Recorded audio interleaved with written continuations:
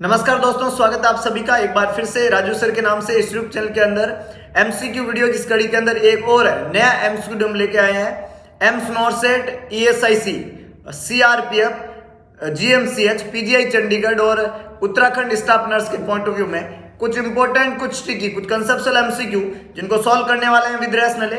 आप लोगों से गुजारिश, फटाफट से वीडियो को लाइक कर दीजिए, वीडियो को शेयर कर दीजिए और चैनल को अभी तक आपने सब्सक्राइब नहीं किया तो सब्सक्राइब कर दीजिए। लाइक, शेयर और सब्सक्राइब करना बिल्कुल ना भूलें, क्योंकि बेहतरीन एमसीक्यू सेशन हम यहाँ पे पढ़ने वाले हैं, जहाँ पे हम डिफरेंट टाइप के क्वेश्चन जो है वो विद रैशनल सॉल्व करते हैं और उन क्वेश्चन को सॉल्व करके हम एक अच्छी लर्निंग कर सकते हैं और वो लर्निंग जो है हमें एक बेहतरीन भविष्य की तरफ लेके जाती है। तो आप लोगों से गुजारिश है, अगर आपको ये कंटेंट पसंद आ रहा है, समझ आ रहा है, तो वीडियो को लाइक और शेयर जरूर करें, क्योंकि आपके शेयर करने से किसी और इंडिविजुअल का आप भला कर पाओगे।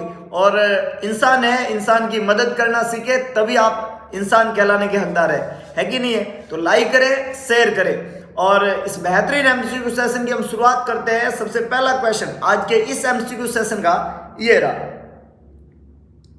बहुत ही इंपॉर्टेंट क्वेश्चन है। आराम से क्वेश्चन को समझिएगा और फिर जवाब देने की कोशिश करिएगा। क्वेश्चन यहाँ पे क्या कह रहा है, A client is being discharged on Coumadin after hospitalization for atrial fibrillation। Important question है। क्या पूछ रहा है क्वेश्चन यहाँ पे आपसे, एक मरीज है जो कोमोडिन एक दवाई है, इसको हम वारफ्रिन भी बोलते हैं, ओरल फॉर्म में एंटीकोएगुलेंट होता है कोमोडिन। तो एक मरीज है जिसको कोमोडिन के ऊपर हम हॉस्पिटल से डिस्चार्ज कर रहे हैं। कोमोडिन जो है ये ओरल फॉर्म में दिया जाने वाला एंटीकोएगुलेंट है, ओरल फॉर्म का एंटीकोएगुलेंट है। और ये जो ओरल फॉर्म का एंटीकोएगुलेंट है इसको हम वारफ्रिन के नाम से जानते हैं। क्या बोलते हैं? वारफ्रिन। तो एक मरीज है जो वारफ्रिन ले रहा है कुल मिला के और हॉस्पिटल से डिस्चार्ज किया जा रहा है और प्रॉब्लम है उसको एट्रियल फिब्रिलेशन की। मरीज किसका है? एट्रियल फिब्रिलेशन का है। The nurse recognizes that which of the following food would be restricted while the client is on medication। जब मरीज इस दवाई के ऊपर है तो कौन सा फूड जो है वो रेस्ट्रिक्टेड है। रेस्ट्रिक्टेड मतलब नहीं देना है। कौन सा फूड उस मरीज को आप नहीं दे सकते या नहीं देना होता है। फर्स्ट ऑप्शन है केबेज, सेकंड ऑप्शन है एप्पल्स, थर्ड ऑप्शन है पोटैटोज और लास्ट ऑप्शन है मैकारोनी। चार ऑप्शन यहाँ पे लिखे हुए हैं। कौन सा फूड आइटम जो मरीज वारफ्रिन के ऊपर है, जो कोमोडिन ले रहा है, ओरल फॉर्म का हिपेरिन ले रहा है, उसको नहीं देना होता है। कौन सा फूड आइटम नहीं देना होता है? जवाब लिखिएगा, केबेज, एप्पल्स, पोटैटोज और macaroni. Which is the correct one? फटाफट से जवाब लिखिएगा। बहुत बढ़िया। कुछ लोगों ने जवाब देने की कोशिश की है। कंसेप्ट समझिएगा कि जो मरीज वारफ्रिन पे होता है उस मरीज को विटामिन के नहीं देना होता है। क्या नहीं देना होता है? विटामिन के नहीं देना होता है, क्योंकि विटामिन के जो होता है ये वारफ्रिन का एंटीडोट होता है जो इसके इफेक्ट को कम करता है। तो विटामिन के आप मरीज को नहीं दे सकते। विटामिन के जो होता है वो प्रेजेंट होता है ग्रीन लीफी वेजिटेबल के अंदर। किसके अंदर होता है? Green leafy vegetable. जो ग्रीन लीफी वेजिटेबल होती है वो विटामिन के रिच होती है। इन चार ऑप्शन के अंदर एक जो ऑप्शन है वो ग्रीन लीफी वेजिटेबल को इंडिकेट कर रहा है, बाकी सारों के अंदर विटामिन के कम अमाउंट में होता है। तो करेक्ट आंसर यहाँ बिल्कुल ए करेक्ट आंसर है कैबेज। कैबेज जो है वो रिच सोर्स है, ग्रीन लीफी वेजिटेबल का एक टाइप है और इसमें विटामिन के जो होता है, कैबेज के अंदर विटामिन के जो होता है वो बहुत ज़्यादा एक्सेसिव अमाउंट के अंदर पाया जाता है। इसलिए आप कैबेज नहीं दे सकते जिस मरीज को वारफ्रिन चल रहा है। ऑप्शन बी, ऑप्शन सी और ऑप्शन डी, इन तीनों के अंदर विटामिन के जो है वो लेस अमाउंट में होता है, लोअर अमाउंट में होता है, कम अमाउंट में होता है। तो बी, सी और डी यहाँ पे खोटे जवाब है। ए बिल्कुल करेक्ट आंसर है केबेज। जो विटामिन के रिच होता है इसमें विटामिन के ज्यादा होता है, बाकी में विटामिन के कम होता है। तो करेक्ट आंसर ए है। बी, सी और डी तीनों ही खोटे जवाब है। बहुत ही बढ़िया, बहुत ही शानदार। आगे लेके चलता हूं। नेक्स्ट देखिएगा,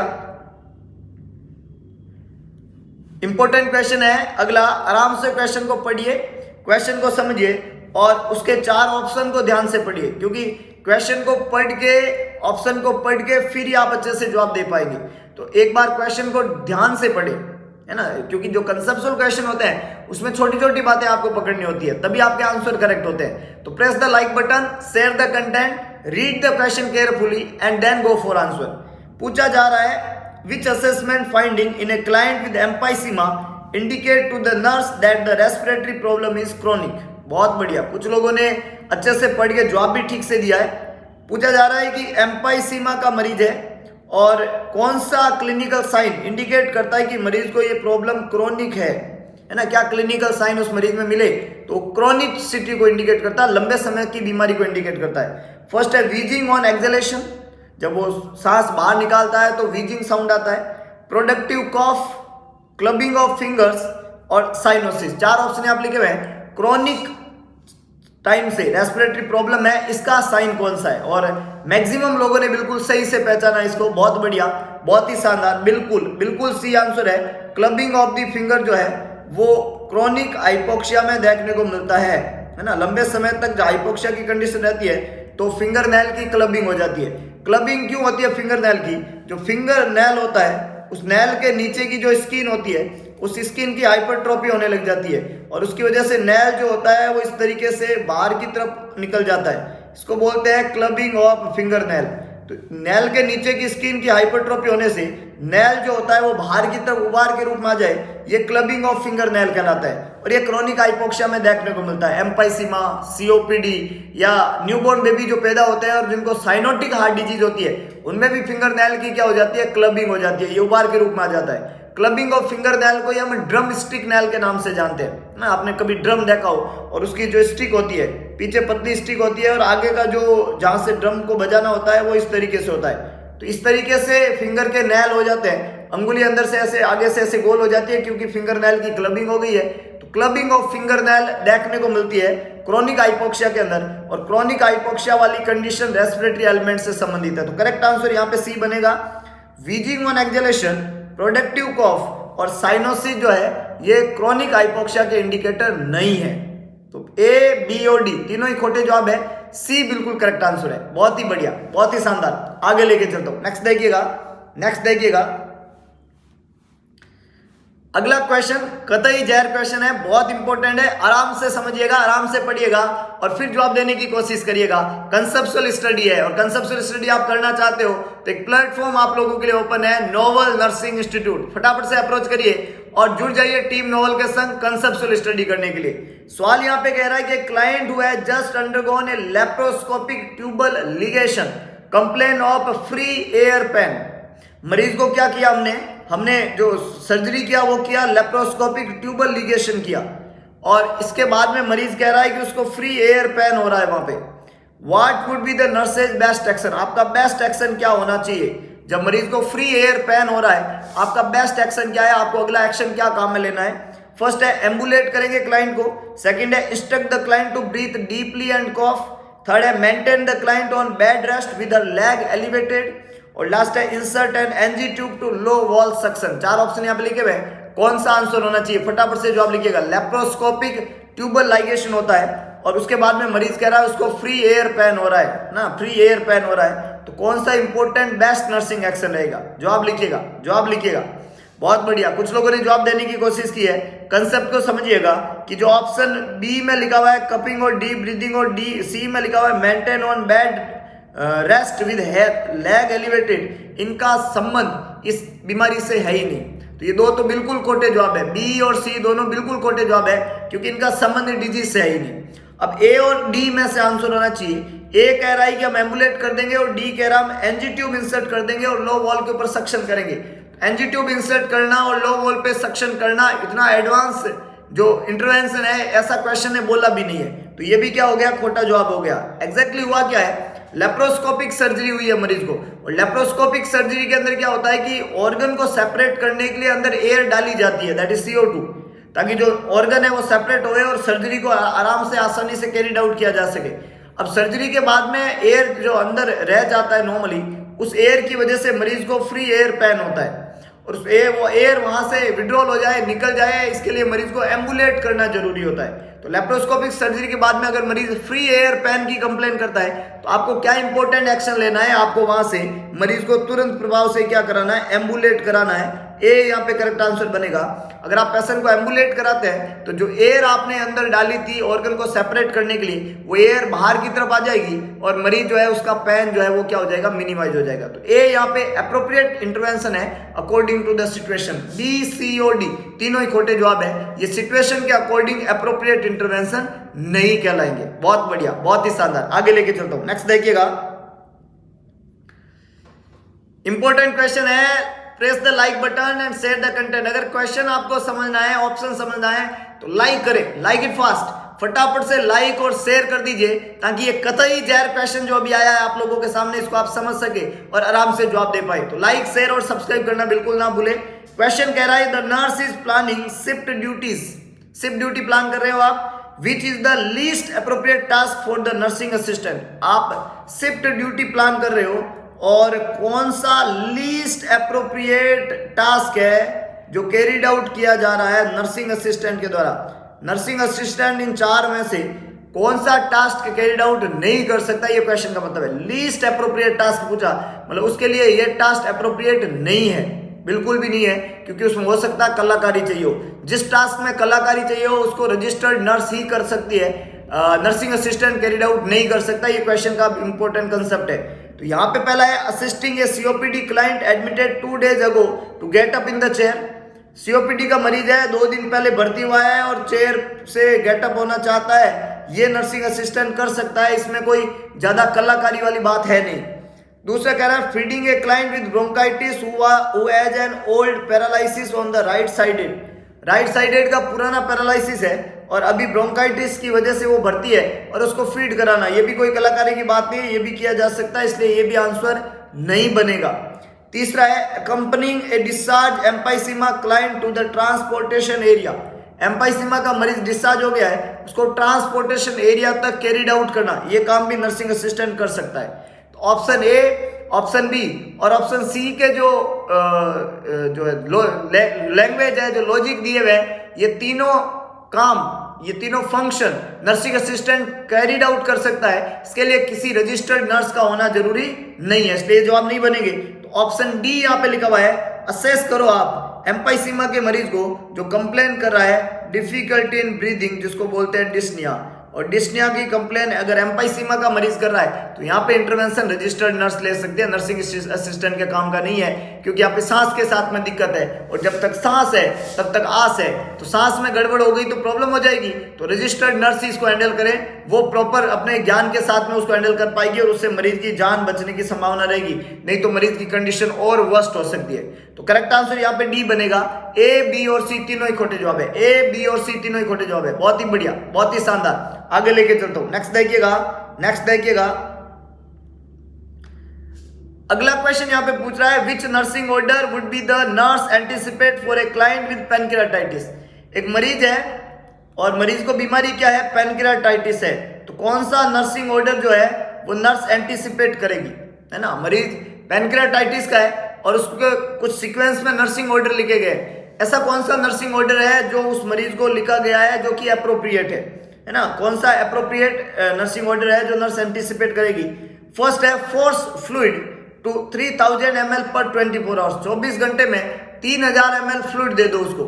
एक्यूट पैनक्रियाटाइटिस वाले मरीज को फ्लूइड रेस्ट्रिक्ट किया जाता है, एनपीओ किया जाता है। क्या किया जाता है, एनपीओ। तो उसको फ्लूइड नहीं देना होता है, इसलिए ए ऑप्शन तो अप्रोप्रिएट एक्शन नहीं है, ये नर्स एंटिसिपेट नहीं करेगी, ये खोटा जवाब है, क्योंकि हमें तो मरीज को क्या रखना है, एनपीओ रखना है। बी ऑप्शन कह रहा है insert a nasogastric tube and connect it to a low intermediate suction. NG tube डाल दो और लो इंटरमीडिएट सक्शन पे रख दो, इससे क्या होगा, जितने भी जूसेज वहां से स्टोमक में बनते हैं वो भी बाहर एब्जॉर्ब हो जाएंगे, ताकि पैनक्रियाज को कोई स्टिमुलेशन मिले ही नहीं। और जब पैनक्रियाज को कोई स्टिमुलेशन नहीं मिलेगा तो मरीज को पेन नहीं होगा, पैनक्रियाज और ज्यादा डैमेज नहीं होगा। तो बिल्कुल करेक्ट इंटरवेंशन है कि आप मरीज का एनजी ट्यूब लगा लो और उसको लो इंटरमीडिएट से सक्शन करो। सी ऑप्शन कह रहा है place the client in reverse Trendelenburg position. Pancreatitis वाले मरीज की ये पोजीशन नहीं होती है। पैनक्रियाटाइटिस में जो पोजीशन दी जाती है वो सेमी फाउलर और हाई फाउलर पोजीशन देते हैं, तो ये पोजीशन यहाँ पे गड़बड़ है, पैनक्रियाटाइटिस में यूज नहीं करना है। Place the client in enteric isolation. Enteric isolation उन मरीजों को रखते हैं जिन मरीजों के अंदर जो है जो भी वोमिटस है या जो भी मैटर है, मटेरियल है जो आप सक्शन कर रहे हो, वो अगर इन्फेक्टेड है देन एंटरिक प्रिकॉशन काम में लेने हैं। ये तो इन्फेक्टेड होता ही नहीं है ना, तो ये मटेरियल इन्फेक्टेड नहीं होने की वजह से एंटरिक प्रिकॉशन की भी वहां पे जरूरत नहीं रहती है।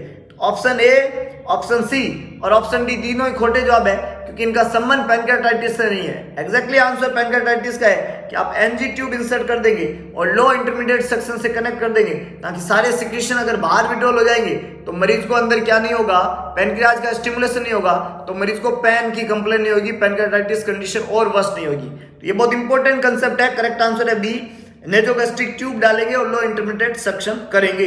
पैनक्रेटाइटिस के मरीज का कंफर्मेटिव डायग्नोस्टिक टेस्ट होता है एमाइलेज और लाइपेज, एमाइलेज एंड लाइपेज। ये कंफर्मेटिव डायग्नोस्टिक टेस्ट है पैनक्रेटाइटिस वाले मरीज में, एमाइलेज और लाइपेज। इंपॉर्टेंट बात है पैनक्रेटाइटिस वाले पेशेंट के लिए। बहुत बढ़िया, बहुत ही शानदार। आगे लेके चलता हूं, नेक्स्ट देखिएगा। एक इंपॉर्टेंट सूचना करना क्या है, प्ले स्टोर पे जाना है, टाइप करना है टाइप करना है नोवल नर्सिंग इंस्टीट्यूट। तो प्ले स्टोर पे जब आप टाइप करोगे नोवल नर्सिंग इंस्टीट्यूट, तो 5 स्टार रेटिंग का नोवल का ऐप वहां पे आपको मिलेगा। ऐप को इंस्टॉल कर दो, सेटिंग में जाके ऐप को रेटिंग दे दो और अपना इंपॉर्टेंट रिव्यू लिख दो। ये करते ही ऐप के सारे फीचर आपको खुल जाएंगे। स्टडी मटेरियल आपके लिए खुल जाएगा। स्टडी मटेरियल में आपको पीडीएफ मिलेगी, स्टडी मटेरियल में आपको टेस्ट मिलेंगे, स्टडी मटेरियल में आपको वहां पे सभी तरीके के वीडियो लेक्चर मिलेंगे और इन फ्यूचर बहुत सारा कंटेंट इस ऑनलाइन प्लेटफॉर्म पे टीम नोवल देगी। तो आप बस ऐप को इंस्टॉल कर दीजिए और जुड़ जाइए टीम नोवल के संग। रिसेंटली इस ऐप के ऊपर विद इन फ्यू डेज आने वाली है MPCHO डेली टेस्ट सीरीज। तो आप ज्वाइन करना चाहते हैं MPCHO डेली टेस्ट सीरीज, तो आज ही ऐप को इंस्टॉल कर दीजिए, देर किस बात की, और जुड़ जाइए टीम नोवल के संग ऑनलाइन प्लेटफॉर्म के ऊपर। टीम नोवल आपको ऑनलाइन प्लेटफॉर्म तो दे ही रही है ऐप के थ्रू, जिसको आपको इंस्टॉल करना है प्ले स्टोर से। इसके अलावा टीम नोवल की offline classroom study doctor MD sir के द्वारा संचालित इस इंस्टीट्यूट की ऑफलाइन क्लासेस लगती है लहरिया स्वीट होम के सामने, भगत की कोठी, न्यू पाली रोड, जोधपुर। तो देर किस बात की, जुड़ जाइए टीम नोवल के संग ऑनलाइन या ऑफलाइन किसी भी प्लेटफॉर्म पे और अपने बेहतरीन भविष्य निर्माण की तरफ आगे बढ़िए। ये सारे कंटेंट ऑफलाइन क्लासेज के अंदर किया जाने वाला कंसेप्चुअल स्टडी और विद MCQ सॉल्यूशन आपको एक बेहतरीन भविष्य की तरफ लेके जाएगा। और उस दिन हमें गर्व होगा अपने माता पिता के ऊपर, अपने माता पिता को गर्व होगा हमारे ऊपर कि हमने एक अच्छा भविष्य निर्माण कर दिया और एक सफल जिंदगी हमने यहाँ पे जीनी शुरू कर दी। तो एक इंपॉर्टेंट कंसेप्ट है, लाइक, शेयर एंड सब्सक्राइब करना बिल्कुल चैनल को ना भूलें। और अगर आप टीम नोवल के साथ में जुड़ना चाहते हो तो तरीका मैंने आपको बता दिया है, करना अब आपको है। आगे लेके चलता हूं, नेक्स्ट देखिएगा। अगला क्वेश्चन बहुत इंपॉर्टेंट क्वेश्चन है, ध्यान से पढ़िएगा। कौन सी assessment finding to a client admit with a stroke reveal an absence of the gag reflex.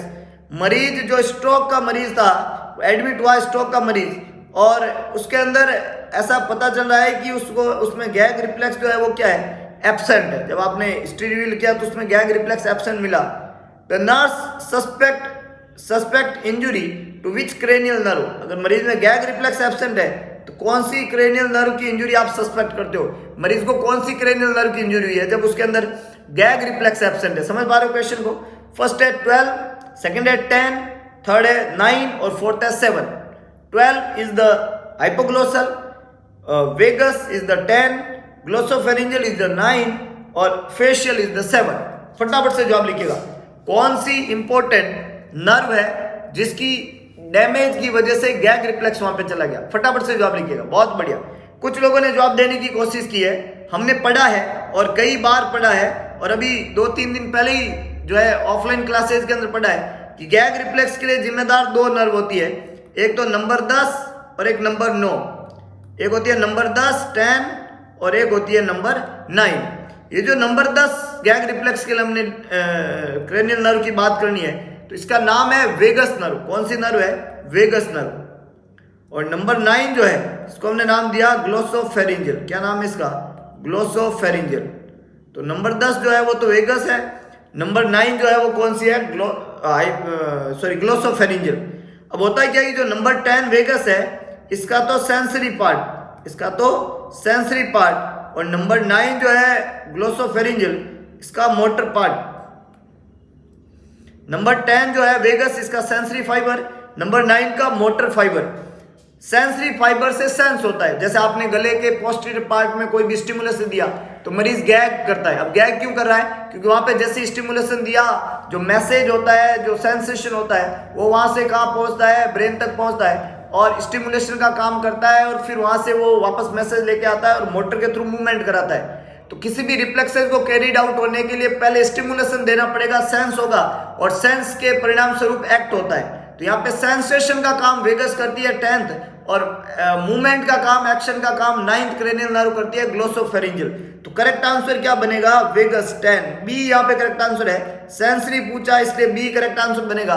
A hypoglossal, 9 glossopharyngeal और 7 फेशियल, तीनों ही खोटे जवाब है क्योंकि इनका संबंध जो है वो वेगस नर्व से नहीं है, सेंसरी फाइबर से नहीं है, गैग रिफ्लेक्स से नहीं है। गैग रिफ्लेक्स वाली नर्व हमेशा याद रखिएगा, स्वेलोइंग रिफ्लेक्स वाली नर्व हमेशा याद रखिएगा, हमेशा नाम रहेगा वेगस नर्व, जिसका सेंसरी फाइबर इन चीजों को कैरिड आउट कराता है। तो करेक्ट आंसर यहाँ पे बी है। ए, सी और डी तीनों ही खोटे जवाब है। बहुत ही बढ़िया, बहुत ही शानदार। आगे लेके चलता हूं, नेक्स्ट देखिएगा। इंपॉर्टेंट क्वेश्चन है, ढंग से पढ़िएगा और फिर जवाब देने की कोशिश कीजिएगा। बहुत आसानी से पढ़िएगा और आप आराम से जवाब दे सकते हैं। क्वेश्चन है, the nurse arrive at a four wheeler accident finding the client non responsive. Four wheeler का एक्सीडेंट हुआ और जो मरीज है वो मिला आपको अनरेस्पॉन्सिव, एपनिक और पल्सलेसनेस। न तो उसकी सांस चल रही है, न उसका हार्ट चल रहा है और न उस मरीज के अंदर कोई रेस्पॉन्स है। तो अनरेस्पॉन्सिव कार्डियोवैस्कुलर अरेस्ट का पेशेंट आ चुका है आपके पास में। अगला कह रहा है, after calling for spectator to help what will be the nurse's best action. मतलब वो मरीज अनरेस्पॉन्सिव था, ये भी डिटरमाइन हो गया। आपने कॉल कर दिया हेल्प के लिए, ये करने के बाद में अगला एक्शन आपका क्या होगा? अगला एक्शन हमेशा यही होता है कि वी स्टार्ट सीपीआर।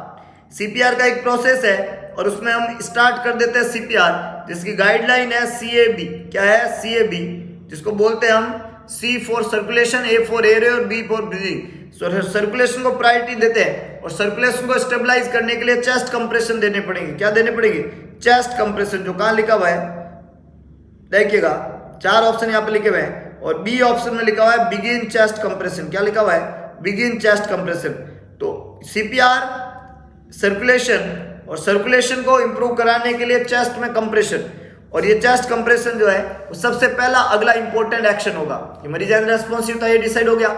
मरीज पल्सलेसनेस, रेस्पिरेटरी एपनिक कंडीशन है, ये भी डिसाइड हो गया। आपने कॉल भी कर दिया, ये भी हो गया। अब अगला काम है कि आप क्या करो, उस मरीज की चेस्ट में कंप्रेशन देना शुरू कर दो। रेशियो सेट है 30:2। क्या देंगे आप? 30:2। इस रेट से, इस स्पीड से साथ में आपको चेस्ट कंप्रेशन देना है। और कंप्रेशन 30, 2 ब्रीदिंग, है ना। 30 तो क्या हो जाएंगे? कंप्रेशन, 2 क्या हो जाएगा? ब्रीदिंग हो जाएगा, है ना। तो 30 कंप्रेशन, 2 ब्रीदिंग, 30 कंप्रेशन, 2 ब्रीदिंग, ऐसे 5 साइकिल आपको कैरिड आउट करने हैं या 2 मिनट तक करना है। और उसके बाद में जो हेल्प के लिए आए हैं या जो ब्रीदिंग दे रहे हैं, वो जो कंप्रेशन दे रहे हैं, वो अपनी पोजीशन चेंज कर देते हैं। ये इंपॉर्टेंट बात है। तो यहाँ पे करेक्ट आंसर क्या बनेगा? बी। हम बिगिन, शुरुआत किसके साथ में करेंगे? यहाँ पे इस कंडीशन में चेस्ट कंप्रेशन से। Ventilate with mouth to mouth device, ये बाद की बात है।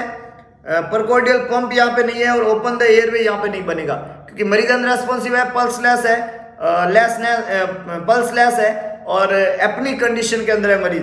तो हमें तुरंत प्रभाव से उस मरीज के अंदर चेस्ट कंप्रेशन की शुरुआत करनी होती है कि नहीं है? तो यहाँ पे करेक्ट आंसर बनेगा बी। ए, सी और डी तीनों ही खोटे जवाब है। ए, सी और डी तीनों ही खोटे जवाब है। बहुत ही बढ़िया, बहुत ही शानदार। कई लोगों ने जवाब देने की कोशिश की है, बहुत बढ़िया। सीपीआर को डिटेल के साथ में, क्या सीपीआर होता है, बेसिक लाइफ सपोर्ट क्या होता है, एडल्ट सीपीआर में किसको कहते हैं, कंप्रेशन वेंटिलेशन का रेशियो क्या होता है, सीपीआर को क्यों दिया जाता है, देने के रीजन क्या है, ये सब फंडामेंटल के complete theoretical topic conceptual study के साथ में विद एमसीक्यू आप करना चाहते हो तो पहुंच जाइए टीम नोवेल के साथ में ऑफलाइन क्लासेज के अंदर। क्लासेज का एड्रेस बहुत सिंपल है, डॉक्टर एमडी सर के द्वारा संचालित इस क्लासरूम की एड्रेस लहरिया स्वीट होम के सामने, भगत की कोठी, न्यू पाली रोड, जोधपुर। तो फटाफट से टीम नोवेल को अप्रोच करिए ऑफलाइन प्लेटफॉर्म के ऊपर और एक बेहतरीन भविष्य निर्माण की तरफ आगे बढ़ जाइए। आगे लेके चलता हूं, नेक्स्ट देखिएगा। अगला क्वेश्चन यहां पे पूछ रहा है, client with gall stone and obstructive jaundice is experiencing severe itching. मरीज को गॉल स्टोन हो गया है, गॉल ब्लैडर के अंदर स्टोन हो गया। नॉर्मली हम पढ़ते हैं कि ये आपका जो है लीवर है, यहाँ पे होता है पीछे की तरफ गॉल ब्लैडर, और लीवर से निकलती है हिपेटिक डक्ट। क्या निकलती है? Hepatic duct. और ये हिपेटिक डक्ट आगे जाके मर्ज हो जाती है और बना देती है कॉमन हिपेटिक डक्ट। और इसके साथ में सिस्टिक डक्ट ऐड होती है। कौन होती है? Cystic duct. और जब सिस्टिक डक्ट इसके साथ में ऐड होगी तो ये hepatic duct, common hepatic duct और सिस्टिक डक्ट, तो फिर ये क्या बनेगी? कॉमन बाइल डक्ट बनेगी। क्या बनेगी? Common bile duct. अब सवाल ने पूछा है कि उस मरीज को गोल स्टोन है, गोल स्टोन मतलब इस गोल ब्लड में स्टोन है, तो ये अपने जूसेज को प्रॉपर अमाउंट में इस पेशेंट को नहीं दे पाएगा कॉमन बाइल डक्ट के अंदर। अब क्वेश्चन आपसे पूछ रहा है कि उसको अभी इचिंग हो रही है। इचिंग इसलिए हो रही है क्योंकि मरीज जो है उसमें ऑब्स्ट्रक्टिव जॉन्डिस हो रहा है। The physician has prescribe cholestyramine. कौन सी दवाई प्रिस्क्राइब की? कोलिस्ट्रामिन, है ना। जब वो इचिंग लेके गया और ये इचिंग सीवियरली हो रही थी और इसका रीजन था गोल स्टोन की वजह से बाइल जो है वो अंदर ही रुक रहा था और इसकी वजह से स्किन का कलर येलो हो गया। सवाल बोल रहा है कि जो the client ask how does this drug work, ये दवाई जो है वो कैसे काम करती है? कौन सी दवाई? कोलिस्ट्रामिन दवाई कैसे काम करती है? What is the nurse's best response? Nurse का बेस्ट रेस्पॉन्स क्या होगा? कोलिस्ट्रामिन दवाई का काम क्या रहता है? फर्स्ट ऑप्शन है it block histamine reduce the allergic response. तो ये खोटा जवाब है क्योंकि बीमारी एलर्जी वाली नहीं है। ये बीमारी एलर्जी वाली नहीं है। इस बीमारी के होने का रीजन था गोल स्टोन। इस बीमारी के होने का रीजन क्या है? गोल स्टोन है। ये बीमारी एलर्जी वाली नहीं है, इसलिए खोटा जवाब है। दूसरा कह रहा है it inhibit the enzyme responsible for bile excretion. Bile excretion के लिए रेस्पॉन्सिबल एंजाइम जो होता है उसको इनहिबिट करता है। अगला है it decrease the amount of bile in the goal stone. Goal stone में से बाइल के अमाउंट को डिक्रीज करती है। और लास्ट है it bind with bile acid and is excrete in bowel movement with stool. Bile acid को bind करके बोल मूवमेंट में स्टूल के साथ में ये बॉडी से एक्सक्रीट आउट हो जाती है कोलिस्ट्रामिन। बहुत बढ़िया। कुछ लोगों ने जवाब देने की कोशिश की है। ऑप्शन ए, ऑप्शन बी और ऑप्शन सी तीनों ही खोटे जवाब है। ना तो ये हिस्टामिन को ब्लॉक करती है, न ही एंजाइम को इनहिबिट किया इसने, और न ही इसका अमाउंट जो है बाइल का गोल ब्लैडर के अंदर वो डिक्रीज होने लग जाता है। ये भी कंसेप्ट नहीं है। ए, बी और सी तीनों ही खोटे जवाब है। डी यहाँ पे करेक्ट आंसर बनेगा। डी में बोला जा रहा है it bind with bile acid and excrete in bowel movement with stool. बोलिए बाइल एसिड के साथ में बाइंड होती है और एक्सक्रीट आउट हो जाती है बोवल मूवमेंट से ना। स्टूल का जो बोवल मूवमेंट होता है उससे बॉडी से एक्सक्रीट आउट हो जाता है। और जब बाइल बॉडी से बाहर जाने लगेगा तो मरीज को ईचिंग होना बंद हो जाएगी, क्योंकि जब बाइल स्किन में जाता रहेगा तब तक मरीज को ईचिंग होएगा। आपने बाइल को एक्सक्रीट आउट करा दिया इस दवाई के द्वारा, दवाई ने बाइल को बाइंड किया, बाइंड करके उसको बोल मूवमेंट के साथ में बॉडी से निकाल दिया। तो ये कंडीशन इंपॉर्टेंट है।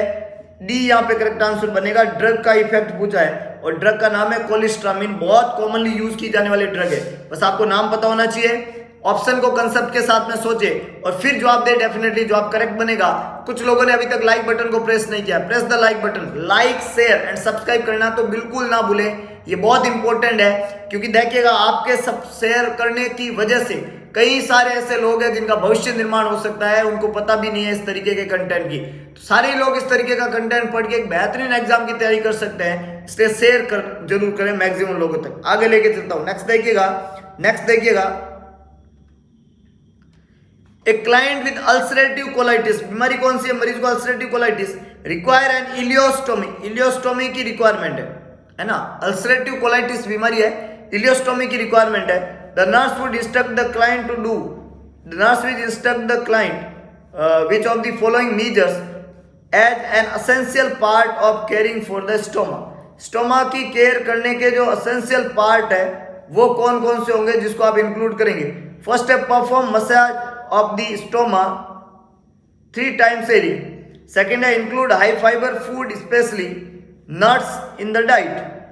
Third है limited fluid intake to prevent loose stool.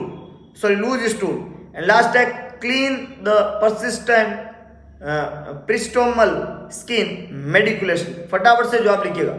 Ileostomy हुआ है, अल्सरेटिव कोलाइटिस के लिए किया था, और क्लाइंट जो है उसको इंस्ट्रक्ट कर रहे हो आप क्लाइंट को कि कौन से मेजर्स काम में लेने हैं असेंशियल पार्ट के अंदर जब आप डिस्चार्ज हो रहे हो। फटाफट से जवाब लिखिए। कुछ लोगों ने जवाब देने की कोशिश की है कि परफॉर्मा के में मसाज करेंगे, तीन भाई ये खोटा जवाब है। मतलब ए ऑप्शन यहाँ पे नहीं बन सकता। हाई फाइबर फूड नहीं देते हैं अल्सरेटिव कोलाइटिस वाले मरीजों में स्टोमा अगर बनाते तो, क्योंकि ऑलरेडी फूड जो होता है वो लिक्विड फॉर्म में होता है, तो हाई फाइबर फूड देने का जरूरत नहीं है यहाँ पे। और अगला इंपॉर्टेंट है कि limit fluid intake to prevent loose stool. तो लूज स्टूल को प्रिवेंट करने के लिए फ्लूइड इंटेक को लिमिट नहीं करना है, ज़्यादा देना है इस मरीज के अंदर। कोलोस्टोमी वाले मरीज में या इलोस्टोमी वाले मरीज में फ्लूइड रेस्ट्रिक्शन नहीं करते हैं, फ्लूइड रेस्ट्रिक्शन वहाँ पे नहीं किया जाता है और हाई फाइबर वहाँ पे नहीं दिया जाता। कैसा देंगे आप? लो फाइबर डाइट देंगे। कैसा देंगे? लो फाइबर डाइट देंगे, हाई फाइबर नहीं देंगे। और इसके अलावा इसका इसके अलावा जो है स्टोमा जो है उसके पेरिफेरी एरिया में 3 टाइम दिन में मसाज करने का जरूरत नहीं है। तो ऑप्शन ए, ऑप्शन बी और ऑप्शन सी तीनों ही खोटे जवाब है जिनका संबंध इलियोस्टोमी या अल्सरेटिव कोलाइटिस वाले मरीज की इलियोस्टोमी से नहीं है। ऑप्शन डी बिल्कुल करेक्ट कह रहा है कि जो पेरिओस्टोमा जो स्किन है उसका केयर करना बहुत जरूरी है। कई मरीज जिनको इलियोस्टोमी होता है और स्टोमा बैग लगाते हैं, तो जो इलियोस्टोमी वाला एरिया है उसके साइड वाली जो स्किन है उसके ऊपर जब फीकल मैटर बार बार लगता है तो उस स्किन के अंदर डिजीज और उसी स्किन के अंदर प्रॉब्लम होने की संभावना होती है। तो हम क्या करते हैं कि हम क्लीन कर देते हैं पेरिओस्टोमल स्किन केयर को। मेटिकुलस स्किन केयर देनी पड़ेगी ऑस्टमा के आसपास की स्किन को, जिससे मरीज जो है उसके लिए ठीक रहेगा। तो डी यहाँ पे करेक्ट आंसर है। ए, बी और सी तीनों ही खोटे जवाब है। ए, बी और सी तीनों ही खोटे जवाब है। बहुत बढ़िया, बहुत ही शानदार। आगे लेके चलता हूँ। नेक्स्ट देखिएगा, नोवल नर्सिंग इंस्टीट्यूट। करना क्या है आपको? प्ले स्टोर पे जाना है, टाइप करना है novel nursing institute. 5 star rating का एक ऐप है, इस लोगो के साथ में आपको मिलेगा। ये वो ऐप है, नोवल नर्सिंग इंस्टीट्यूट का ऐप है। ऐप को इंस्टॉल कर दीजिए, सेटिंग में जाके ऐप को रेटिंग दे दीजिए, है ना। ऐप को इंस्टॉल करके सेटिंग में जाके रेटिंग दीजिए और इंपॉर्टेंट रिव्यू वहां लिख दीजिए। इस ऐप के ऊपर आपको मिलने वाला है बहुत जल्दी MPCHO based test series, daily test series आपको मिलेगी। इसके अलावा इस ऐप के ऊपर वीडियो लेक्चर्स और टेस्ट सीरीज ऑलरेडी अवेलेबल है। नॉर्सेट के पॉइंट ऑफ व्यू में ESIC CRPF के हिसाब से भी इस ऐप के ऊपर आपको वीडियो लेक्चर्स और टेस्ट सीरीज मिलेगी। एक PDF फाइल है कम्युनिटी से संबंधित, डेट से संबंधित, प्रोग्राम से संबंधित, उसको भी आपको जरूर पढ़ना है और बस जुड़े रहना है नोवल नर्सिंग इंस्टीट्यूट से ऑनलाइन प्लेटफॉर्म के ऊपर। अगर आप चाहते हो offline conceptual smart study with MCQ session, तो डॉक्टर MD सर के द्वारा संचालित इस इंस्टीट्यूट की ऑफलाइन क्लासेज लहरिया स्वीट होम के सामने भगत की कोठी न्यू पाली रोड जोधपुर पे लगती है। फटाफट से पहुंच जाइए और जुड़ जाइए टीम नोवल के संग, ऑफलाइन और ऑनलाइन दोनों प्लेटफॉर्म के ऊपर। और एक सफल जिंदगी जीने का यही तरीका है कि जल्दी शुरुआत करें, पास्ट को भूल जाएं कि आपके साथ क्या हुआ, फ्यूचर आपके हाथ के अंदर है और ये तब जब आप उस चीजों को अपने हाथों से करना शुरू करेंगे। तो आज ही अपना बुकलेट उठाइए, अपना नोट उठाइए, अपना पेन उठाइए और पहुंच जाइए टीम नोवल के साथ ऑफलाइन क्लासरूम से जुड़ने में और अपने भविष्य निर्माण की तरफ आगे बढ़िए। आज के लिए बस इतना ही। अगर आपको वीडियो पसंद आए तो वीडियो को लाइक करें, वीडियो को शेयर करें, कमेंट बॉक्स में अपना सुझाव जरूर डालें। और इसके अलावा भगवान कृष्ण ने कहा था कि सारथी बने, स्वार्थी ना बने, तो दिखा दीजिए सारथी बन और कर दिखाइए ऐसा कि दुनिया करना चाहिए आपके जैसा। अगर आप बेहतरीन पढ़ रहे हैं, अच्छा सुन रहे हैं, तो आप एक बेहतरीन प्लेटफॉर्म पे हैं। मिलेंगे दोबारा एक नए MCQ सेशन के साथ में, कुछ इंपॉर्टेंट, कुछ ट्रिकी, कुछ कंसेप्चुअल MCQ। तब तक के लिए जय हिंद, जय भारत, जय महाकाल।